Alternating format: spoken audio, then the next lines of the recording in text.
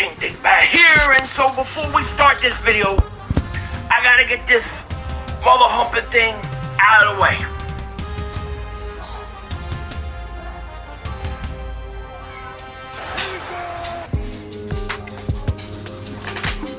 Mark Holmes is my daddy. Okay, that's out of the way. Ow!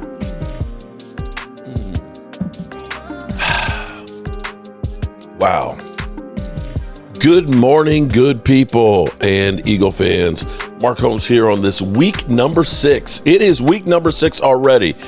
And we got Joe Boo in the house. What's up, Joe Boo? Of course, Bucky Bieber and the Funky Chicken. As always, I want to say thank you all for watching, commenting, subscribing, and being part of the Joe Boo Sports Report. Without you guys, as well as you ladies, you know that this literally does not work. Hope everybody's having a great day. It is Thirsty Thursday, and we have the Eagles versus the Giants. Somebody is going to be crying. We know somebody is going to be crying after the end of tonight. More than likely, it will be the Giants. Sad to say that. I hate to say that, but that's the way it's going to probably be. The Giants, well, they're awful. But then again, this is the NFL, because as crazy as it is, you just can't predict this. You can't. Who saw the Baltimore Ravens right now without Lamar Jackson? He's not practicing this week. More than likely, he's going to miss this week. Who saw them at 1-4 with the worst defense in football? Who saw that? And you can't predict from the first half to the second half, much less 1 week to the next. And when you see some of the things that have happened, it's kind of crazy. And we have the Carolina Panthers. Carolina Panthers actually have a chance to get to 500 for the first time since Cam Newton was the quarterback in the last 4 years. So don't think that we can just take Carolina for granted. You can't take anybody for granted. Yesterday was kind of crazy, but it actually relates to something that actually happened yesterday.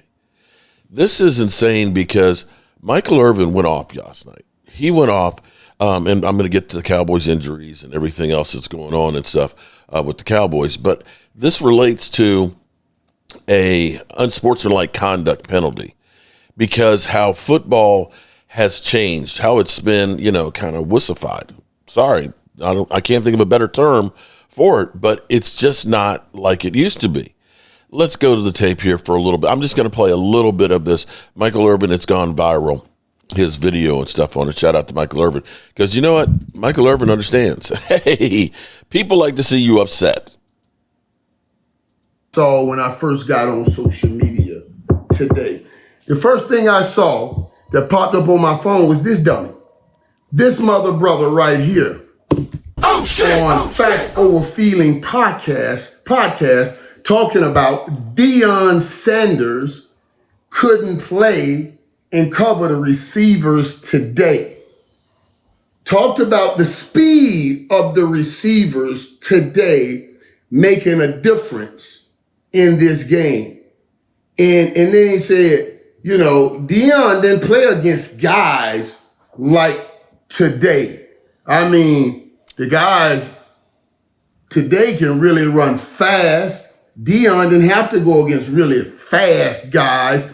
And then this mug puts my picture and Jerry Rice's picture up. Prime wasn't covering the people that these boys are covering either. He's in an era where he's a fucking alien or somebody from the future that was dropped off in the wrong time. But he could come in this time and yeah, because he can ball in this time. That's what I'm saying. Like, the receivers from back then. Might not be prime, though.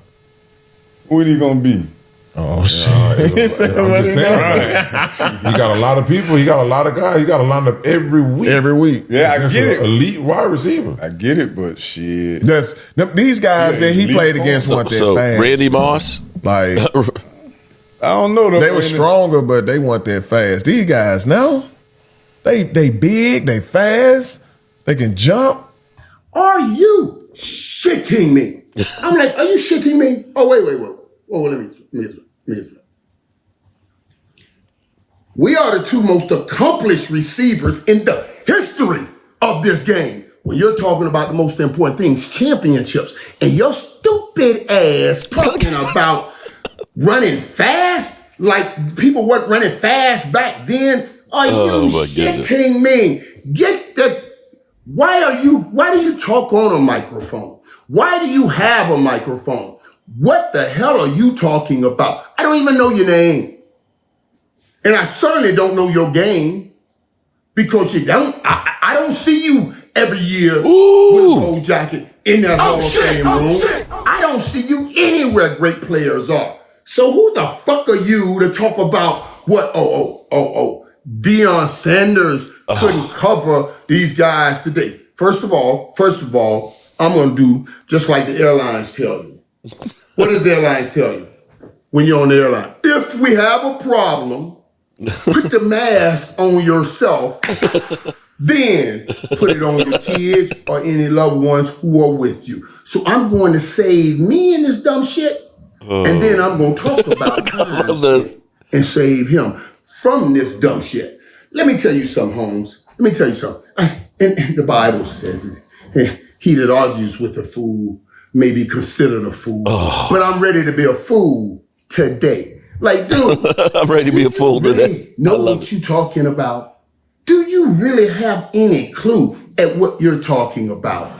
You think there were not fast guys in the league when I played? You think Tyreek Hill can outrun an Olympian like Bullet Bob Hayes, who played before me? You think he can outrun the Ronaldo Nehemiahs who tried to play in this game? You know why he tried? Because they wanted speed in the game, but other things were required when we played. You mugs get to run around and play fucking 7-on-7 touch football. We had pain in our game. Y'all don't even know shit about pain. Every route you got hit, even running around in the middle of, you could get tapped by those linebackers. They took all of that out the game because y'all asses were soft and you couldn't take it. Yes. Okay. And he is 100% right because he's mad. And you know, the more you think about this is true. And I thought I had the clip up of it. I guess I don't have it. But we got, here it is. Let me get this for you because this is getting to be ridiculous because I don't know that I recognize football anymore because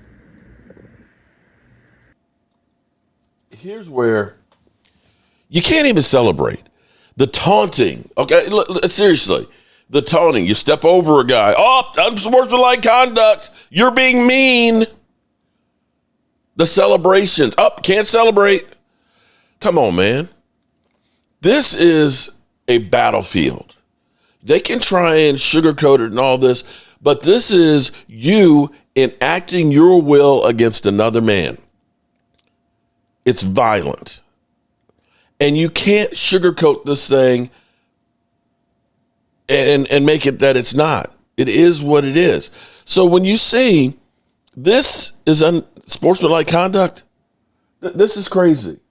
Watch this. On this touchdown pass, my man goes up, Big Nate goes up and does a mini pump in the end zone, not to another player on the other team. Look, okay, touchdown up in the top corner. There's Big Nate, 75, and he is big. Look, you see what he did? He literally picked up his guy. He picked up his guy, and that was considered unsportsmanlike conduct. Are you serious? Are you serious? This is getting to be ridiculous now because, you know, I get it. The NFL is trying to protect the shield because, you know, the concussion protocols and concussions and things like that. They're trying to make it look like we care about the players. If you really cared about the players, you wouldn't have them playing on Thursday night.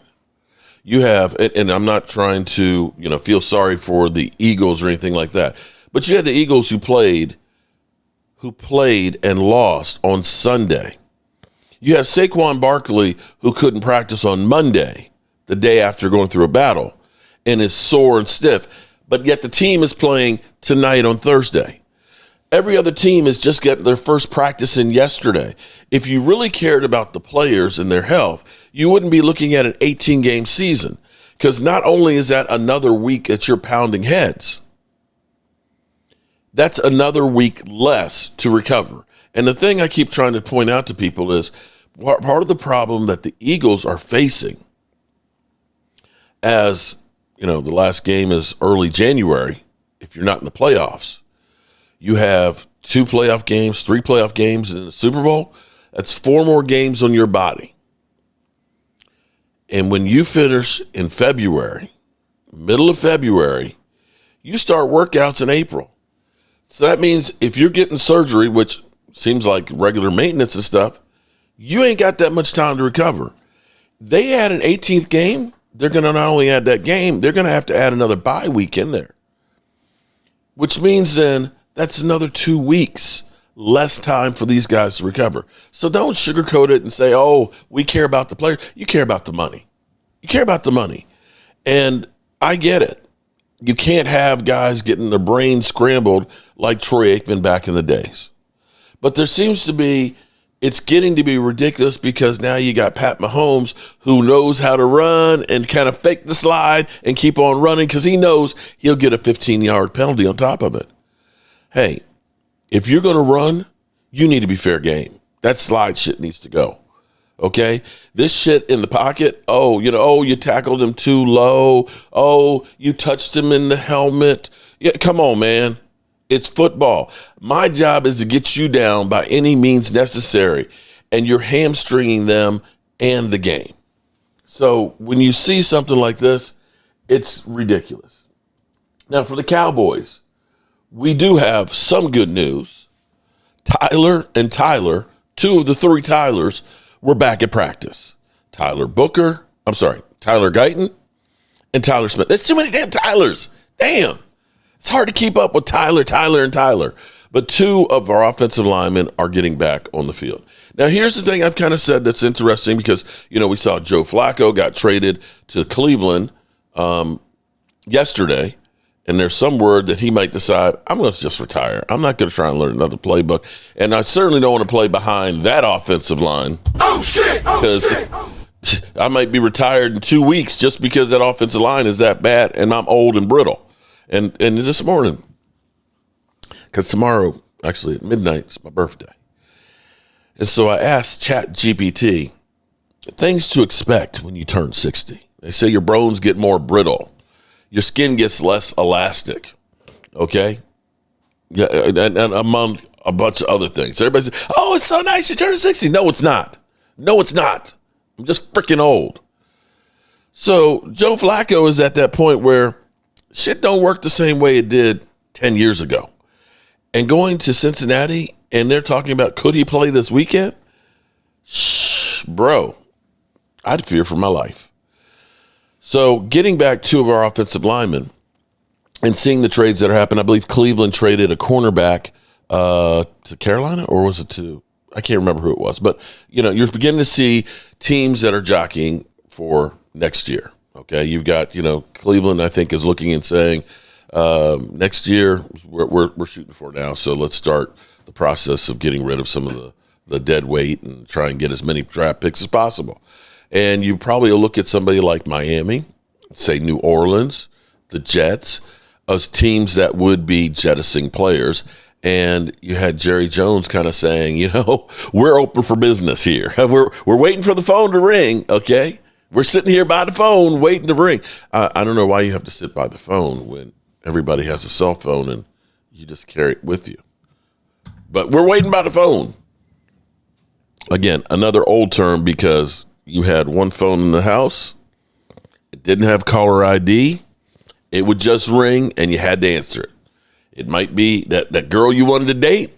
Might have been a bill collector, but you had to answer it. So y'all don't know how spoiled you are. But be that as it may, the Dallas Cowboys, it's looking like they actually have the best offseason move in the NFL. And that is George Pickens. George Pickens who everybody said was a distraction, right? George Pickens, man, you know, he's going to explode. George Pickens has been everything that you've wanted in a player and more. And he's already in 5 games tied his career high in touchdown receptions with 5. He has literally saved our ass because when CeeDee Lamb went out, we didn't have George Pickens. I don't know where he'd be. He's been a team leader. He's been a guy motivating guys in the huddle. And you look at this and say, that was a 3rd-round pick. Bro, you ain't getting that in the 3rd round of the draft. We've been there with 3rd-round draft picked wide receivers. And this is where you start looking at it and saying, the guys on this roster that are really performing at an elite level, they weren't our own guys. Javonte Williams wasn't one of our guys. Guy we signed.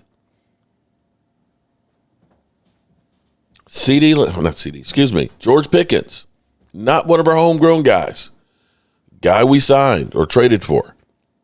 You look at Clark, traded for. The guys that are performing the best right there, some of them are from outside the building. And we've made some strides on maybe we're a little better than what people thought. And I know everybody is killing us and saying it's just the Jets and the Giants. You know what would make me happy? You know what the perfect birthday present for me would be is for the Eagles to lose to the Giants. That would literally be the perfect birthday present. Because I'm so sick and tired of the arrogance of the Eagle fans. They're crazy. So George Pickens, I salute you. I want you to listen to his interview because this is the guy that they said when teams called about that they laughed and hung up the phone. You know, I guess a top guy, you know what I mean? But like I said before, just trying to help the team win. I feel like last game, that's what a real team win looked like, when you dominate and you rack up a lot of points. What can you say about the Ryan Flanoy, his journey, his patience, his grind, and, you know, for it to manifest the way it did against the Jets? I'll probably say just something he's been grinding for, you know, for a long time, just getting an opportunity now and him, you know, exploiting it. Like I said, he had, 114, I think? Yeah, exploiting the opportunity. And he's been working the whole time, so super proud of Flo. Former Cowboy running back Rico Dowdle said Cowboys better buckle up this week. Has that been any conversation in the room? How's that handled? Nah, we be buckled up every week, bro. I don't really know what he mean by that. I just know we're going to try to come out there and dominate and compete. What are your thoughts on the way Javonte's running here? He's been doing super good, you know, leaving his name on the game. As far as a running back, I feel like that's one of the most important things, you know, jukes, moves, bruising, you know what I mean? He's for sure been doing his thing. Walk us through that touchdown play that you had against the Jets. A lot of hand fighting on that play, but you were able to make it happen coming to the ground. Yeah, a lot of hand fighting, knowing he's going to try to hold and grab a lot. So I was definitely trying to not get caught up in that mid route. It was a post route. Kind of got him off the release, and then Dak put the ball up. Dak was saying something about run. Yeah, definitely try to get a step on him because we know he can't. You know, he has a hard time playing the ball in the air. So definitely get a step on him. That's all Dak was saying, you know. Did you know before the play they was coming to you? Yeah. When Dak said run, you're like, okay, this Oh, yeah, most definitely. Definitely with an opportunity, you know, we coming out the third. I think we had a drive before that. We wanted to score it in, but we went 3 and out. So when we got back out there, it was definitely like, let's put up another one. How do you develop patience over the years, going back even to college, when you know defenses are going to target you to try to take you out? Just stay cool. Kind of like you said, once you know the motive, I feel like a lot of players go in a game and they say they know the motive, but when you see it actually happen, like somebody try to push me extra, then I instantly know, like, he's trying to get me. See what I mean? Like, so when you recognize it and know, you definitely don't let them guys take you over the edge. Do you see that on film, like going into a game, like this is how they're playing a particular receiver? Just definitely with me personally. I can't like really speak with other receivers, but definitely with me, I kind of figured out I'm so good that's the only way you can try to take me out of my game. In terms of being patient, does it help that you've also had consistency? Like, you know, balls have been coming to you. I mean, the touchdown came in the second half, but that's 4 straight weeks with a touchdown. Does that help with being patient? I probably just say every day just learning, because that's kind of what I've been doing now, just every day taking one day at a time, and I feel like everything's going to happen for itself. What can you say about this young offensive line? I mean, you guys were down 4 starters on the offensive line, went up against one of the better defensive lines in the league. And, I mean, they held up way better than most people outside the building would have expected. I definitely say kind of like what you said, guys working. That's kind of like what I've seen a lot this previous couple of weeks with guys being out and guys being injured. I've been seeing a lot of guys like Flo, Field, rookie O-line just stepping up and, just producing. I feel like they've been working their whole life for it too, so it's definitely something to appall out. How do you think Shotty's helped with all the moving parts on offense? How's he helped keep you guys confident, keep you guys maybe ready to go each week? Kind of like what I said always in the beginning, the energy. Every day's not going to be bright, but when you got a guy like Shotty who come in with good energy every day, makes you want to get forward to the next day and get better. What's the impact Clayton Adams has had on the offensive side? Clayton been super good. He's always, mostly with the O-line, but definitely gap schemes, and he knows a lot about gap schemes in the O-line and where guys are supposed to be up front in the trenches. So I feel like Clayton been doing a great job. You and that already tied a career high in touchdowns. Could you have dreamed of a start like this? I mean, 5 has been your most. You got 5 in 5 games. I mean, it's on pace for 17. Yeah. I'll probably say just one day at a time, most definitely. Like you said, it's career high. But all I can say is, the guys, Dak, young O-line stepping up, because this is my first year, so they definitely helped me out as well. Can you sense how much CD's chomping at the bit to get back? Yeah. I seen him out there today. Seen him out there last week. He was talking to me today. I feel like he's getting closer and closer and closer. And he's been in the lab as well, so we welcome to have him back too as soon as he come back. It seems like you're having fun. How much fun would you say you're having right now? I feel like I'm having fun. That's the thing. I feel like I was always having fun. I just feel like the narrative never showed me having fun. But I feel like right now it's just a good thing, for the team. Like I said, all of us collectively, we just working to get better every day. How many handshakes you got? You seem like you got one for everybody. Like 40, bro. And, I just got one with Jane Blue the other day. He just been getting in the game and working himself in. I just got a handshake with him, so I feel like another one gonna come. Flo, he's been, Look, I love it. How you remember all? You just, it's kind of, we see each other every day, so they'll definitely remind me if I forget, and then vice versa. Did Dak work on that celebration in the tunnel for a while? Oh, yeah, definitely. That's me and Dak's celebration. And I was just super, happy that we got the dub. What is it? All right, so there's what you hear, and then there's reality. That's the guy that everybody said is a locker room cancer. You're talking about the handshakes, talking about the big win from a team. It's about getting the W. Bro, the Cowboys, sometimes it's better to be lucky than good. And that's a case where I think the Cowboys have just been damn lucky with that trade, that's the one that's worked out. And see, my hope is that this is the moment that changes the Cowboys, because Greg Hardy, that free agent signing seemed to have poisoned the water where it was, Stephen Jones, we believe in our own guys because we know exactly what to expect. We don't worry about whether there's going to be an issue or a problem or anything like that. We believe in our guys because we don't know the unknown. That hopefully the George Pickens trade is the one that makes the Cowboys understand that, wow, without these guys, we're not winning. We're not in a position to get better. That it's not that you can't believe in your guys, but you also have to believe in some others. Because what you've been doing is you've been only using about 3/4 of what's available to you of making the team better. The Cowboys, they have been better than anybody, probably in undrafted rookie free agents. When you think about Terrence Steele and think about Kayvon Turpin and things like that, finding Brandon Aubrey, these were undrafted rookie free agents that are key guys on your team. But you also find other offensive linemen, the Brock Hoffmans and things like that. Nobody is disputing that the Cowboys aren't good at doing those things. Drafting, I'm going to dispute the drafting in the last couple of years. It's kind of been hit or miss. We haven't been getting the same oomph that you need to, other than like our first round picks. But, it's not an exact science. But that's where trades and free agency fill in where you've missed. And the Cowboys have been better at saying, well, we just missed, so we're just going to go ahead and believe in our own guys. We'll take a safety and make him a linebacker, and we're good. That's not going to cut it in the NFL. And your opportunities, because things change so fast, are few and far between. So since it is Eagles-Giants Day, we're going to go ahead and find out the take on the Eagles and Giants. Okay. See, Greeny? Give me another one. Stay in that division. Mike McDaniels is coaching for his job this weekend. It is essentially what the conversation has kind of been all year long as we've been on Get Up. A couple of weeks ago, they're playing the Buffalo Bills on Thursday Night Football. We Hot say, coordinator. After that week, do the Miami Dolphins, do they have a coach? Right. They have a competitive game against them. Yeah. They win against the Jets, and then they blow a 17-0 lead last week. This is one of those games where back into Mike McDaniels, all the quirks and everything is getting a little old to us. Now it's time to see if that coaching carousel is going to take place. Can I tell you something? Go ahead. I kind of like him against the Chargers this weekend. You like the Dolphins? I kind of like the Joel Dolphins. coming back possibly? Against the banged-up Chargers. All right, give me one more tonight. Eagles at Giants. This is it.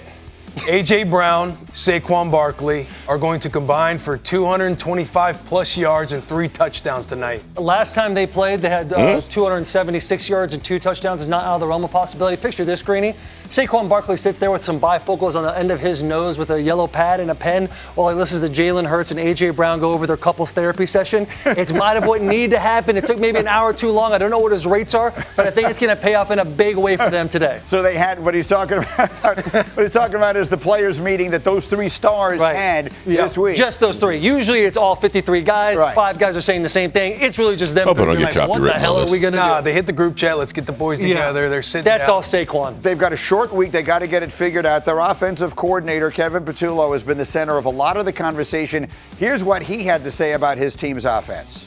We just really got to just focus on staying ahead of the sticks and kind of advancing it forward. And we've done a good job. We just got to keep progressing and working through this. Everybody's into it. Everybody's being super detailed on what they need to do. We just got to keep pushing it because when we've done what we need to do, we've moved the ball extremely well at a high rate. So we just got to continue to do that.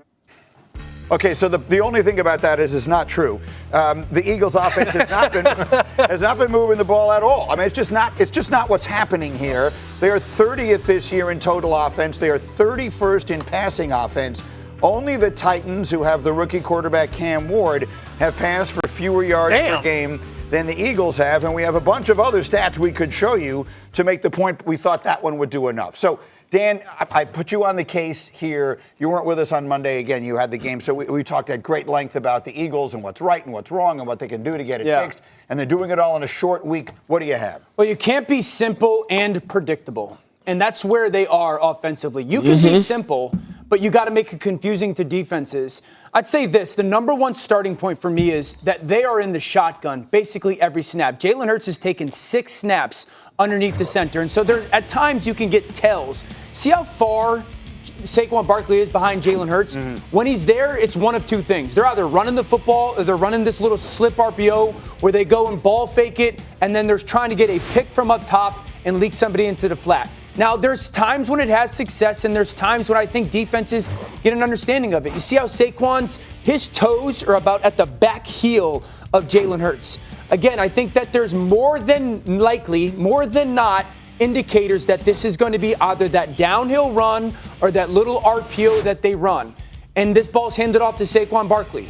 Now, if you go to where Saquon's a little bit more attached at the hip, if you watch where his toes are almost equivalent to Jalen Hurts, that's more often than not going to be a pass for this offense. Now, it's not 100%. It's not a black and white guarantee. But when this is the downside to living in the gun. And this isn't a war on shotgun. But I'll reiterate, they've been underneath the center 6 times this year if you take away the tush push. So when you live in the gun like that, there's defenses watching you and they're gathering tells of, is it likely a pass? Now, the reason this matters is on 1st and 2nd down. You know this. Defenses are gathering information. Hey, when Saquon's a little bit more attached to the hip, we can be anticipating pass. When he's got that depth, we're thinking run. We're thinking RPO. I think that's another layer that's hurting this offense. It's an outstanding tape, and it gives you something to watch for as you get set to watch the game tonight. I want to point out one number here. Hembo put together a bunch of unbelievable stats, but C18 is my particular favorite one. The reason the Eagles won the Super Bowl last year is because Saquon Barkley provided them the best thing you can have in the NFL. Explosive plays with no risk. Basically, every team in the NFL has to put some risk, where you got to throw the ball into harm's way to create explosive plays. Last year, they did not. He had 21 rushes of at least 20 yards. This year, he has none. So that, to me, is the difference between the Eagles of a year ago and now. They were creating explosive plays while still being incredibly risk-averse. They remain risk-averse, but they're not getting the explosive plays, and as a result, their offense has completely bogged down. They are 3 and out waiting to happen. Back on the offensive line, we've talked about it last week. You need to be more All right, so creative. we'll go ahead and end it up in there. Play calling, but the offense.